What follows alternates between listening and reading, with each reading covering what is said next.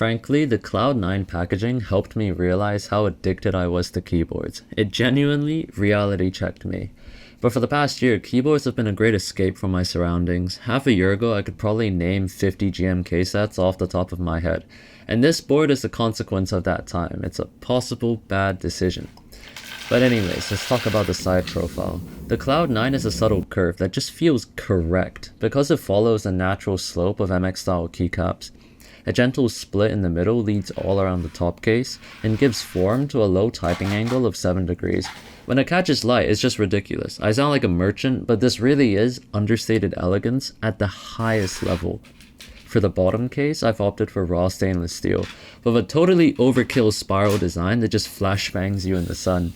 It's expensive, but Kohaku owners keep flexing their weights and I just feel left out. This porcelain colorway is just beige, timeless, and goes perfectly with this fk201 colorway.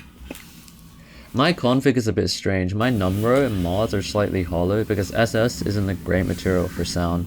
I've not force broken and I'm running an alley plate, but I care more about the aesthetics of a board and whether my spacebar is ticking, which it isn't, so all is good. Here's a sound test.